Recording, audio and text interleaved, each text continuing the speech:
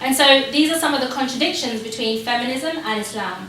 And this is why feminism and Islam are not only incompatible, but they're actually contradictory. And so when Muslims say, or when anybody says, it's okay to call myself a Muslim feminist because it just means women's rights, we see that that's not the case.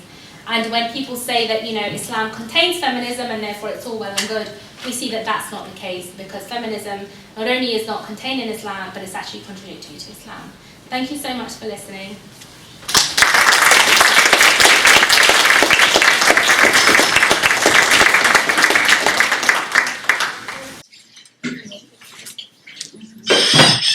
Oh, one at that. Okay.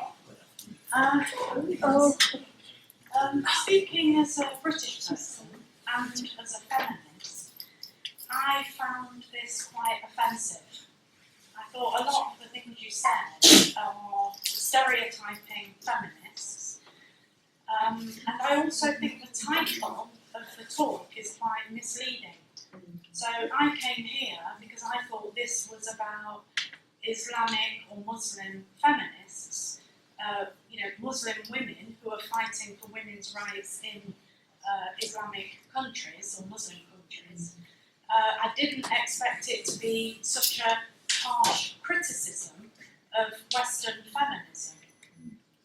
And there were lots of things that you said that actually I think are wrong. And one of them that I thought was just a bit strange was when you said that British or Western feminists wouldn't be happy if a woman wore a long skirt. Well, I'm wearing a long skirt. I didn't say not a long skirt. Just to clarify, I said if I wore a long skirt and said this was for a concept of modesty, that's what I was talking about. So it's not what the clothing is, but it's the ideology behind it. So the concept of modesty in of itself, which is what I was explaining, is what feminists would consider to be an affirmation of the patriarchy in itself. So if I choose to dress a certain way, not because I simply want to, but because it's a concept of modesty and because it's about a relationship between men or women, then that's what I was talking about. I wasn't just talking about wearing long skirts in of itself. But just to come back to some of your points, so you said that you found it offensive and wrong.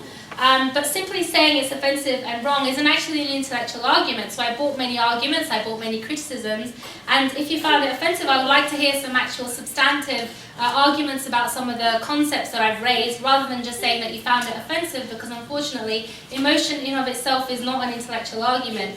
And then you said that you found it, the title misleading because you thought it would be about Muslim women fighting for women's rights, and that's exactly what I've talked about. I've talked about Muslim women fighting for women's rights, but it just happens to not be under the guise of feminism. Rather, we think that Islam is sufficient for this. So on all three of your points, there's my responses. And like I said, if you do have any actual substantive responses to any of the facts that I've mentioned, that would be a better response, because then we can discuss that. But simply to say, one is offended is not really a basis for discussion.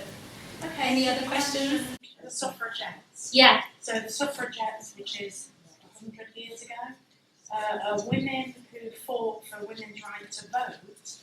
Why would they be used as an example of bad feminism? Well, I explained this. So basically, in today's society, the tactics that they used would be considered unacceptable. Now, historically, when we historicize things that have had, a good, what society considers to be a good outcome, we tend to gloss those things over. In today's society, if any group of society did that, they would be called terrorists. What they did, the methods that they went about. And some historians have also written about this angle, and they actually said that if they hadn't used those tactics, the government or society would have taken them more seriously, because at that time, the government couldn't be seen to be yielding to this kind of terrorist activity. They couldn't be seen to give women the vote when they were doing these things, because it would be seen to be yielding to this kind of behavior in society. And so, if that's what feminists advocate, then that's basically disruption in society and just to get sort of their goals. That is why. Most groups who are fighting for equality, which is something you don't seem to like the concept of, they don't get equality, they don't get their rights through, not often, through peaceful means. Often there is a disruption to society. Well, the difference is that Islam advocates peaceful means and not disruptive means. And so, for us, no, it's not. It's not a peaceful thing. It's not a peaceful thing either. So let me respond to your point. So you said that I'm not in favour of equality. This is not what I said. I very specifically explained that the liberal concept of equality is very different from the Islamic concept of equality. So let me explain how. In Islam, it's considered, the Prophet, peace be upon him, said that all people are as equal as the teeth of a comb. So whether you're male, female, black, white, whatever, you all start on an equal footing.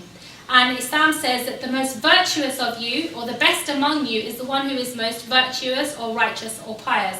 It's not about your gender. It's not about your religion. It's not about it's not about who. It's not about what you didn't have control over. It's not about your race. It's not about your tribe, because you didn't come into life with any control over these things. Nobody chose to be born a man. Nobody chose to be born a woman, and therefore why should anyone be privileged in that regard? In Islam, equality is something different. Rather, we have a concept of parity. Everybody starts on an equal footing, and then everybody can compete to be in the good things and compete for the better things. And so to say that I'm against equality is a misrepresentation of what I've said. I talked about Islamic equivalents having a different understanding from what the liberal equivalents are, and I also pointed out the flaws in the liberal concept of equality, which if anybody can come back on, that would be great, rather than just saying I don't agree with it and it's something that's great. Like I said, just saying it's great is not actually in of itself an argument.